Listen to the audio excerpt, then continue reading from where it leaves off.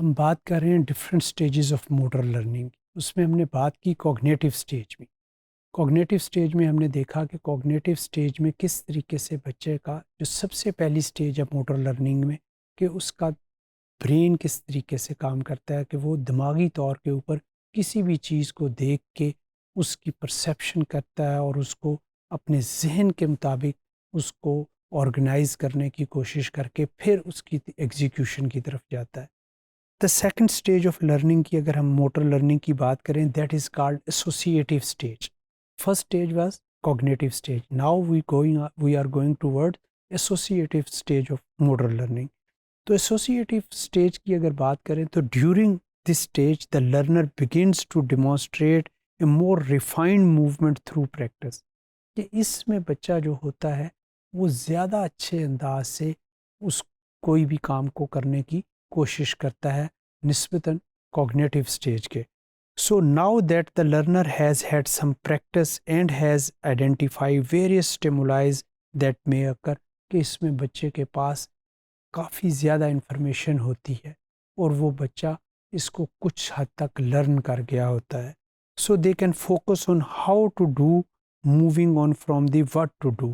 کہ بچہ اس سٹیج میں ہاؤ سے نکل کے وٹ کی طرف جاتا ہے، یا دوسرے معنوں میں ہم کہتے ہیں کہ بچے کو یہاں پہ کچھ علم ہو گیا ہوتا ہے دماغی طور کے اوپر، اور وہ اس کو اپنی دماغی انفارمیشنس کو وہ لے کے اس کی ایگزیکیوشن کی طرف جاتا ہے. So what to do in the first stage. Here visual cues become less important and proprioceptive cues become very important. Associative stage میں بچے کے جو کوئی بھی کام کرنے کی صلاحیت ہے یا کرنے کی صلاحیت ہے اس میں ہم کہتے ہیں کہ اس میں اس کے ویژول کیوز کی نسبت پروپرائیوسیپٹیو کیوز جو ہوتے ہیں وہ زیادہ امپورٹنٹ ہوتے ہیں. پروپرائیوسیپٹیو کیوز سے مراد کہ ہمارے ڈفرینٹ لمبس جو ہیں دوسرے لمبس کی نسبت انہوں نے کس طریقے سے ریئیکٹ کرنا ہے، وہ چاہے اسٹریچنگ ہے، بینڈنگ ہے، کمپریسنگ ہے ٹو ورڈس اینی موومنٹ. تو وہ اس میں پروپرائیوسیپٹیو کیوز جو ہوتے ہیں وہ زیادہ اس میں فوکس کیا جاتا ہے. Proprioceptive cues refer to the learner focusing more on how their body is moving in space and what input is being felt from their joints and muscles.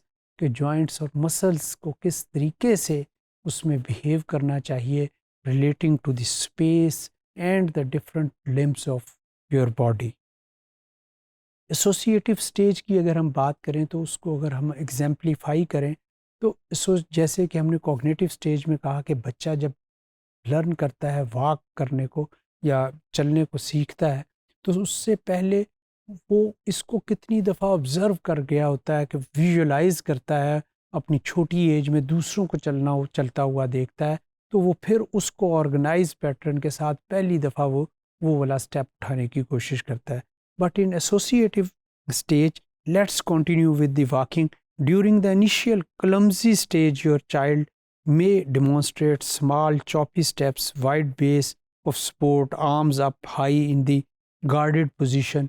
کہ آپ نے دیکھا ہوگا کہ جب بچہ شروع میں چلنا سیکھتا ہے تو اس نے اپنے ہاتھ ایسے اوپر کو اٹھائے ہوتے ہیں اور وہ اپنا بیلنس کر کے بڑے کھلے سٹیپس کے ساتھ کوشش کر رہا ہوتا ہے.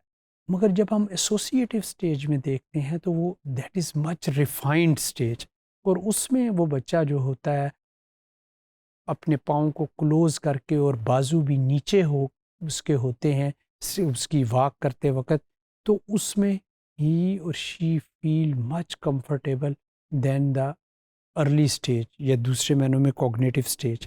سو in this stage you may see your child taking longer more controlled step, narrowing their base of support and allowing their arms relax at their sides. These behavior indicate that your child has moved past the initial stage of learning and has progressed to more refined movement. کہ اس میں بچہ جو ہے وہ زیادہ اچھے انداز سے موو کرتا ہے یا دوسرے معنوں میں اسکل کو پرفارم کرنے کی کوشش کرتا ہے. So associative stage is much better stage than the cognitive stage.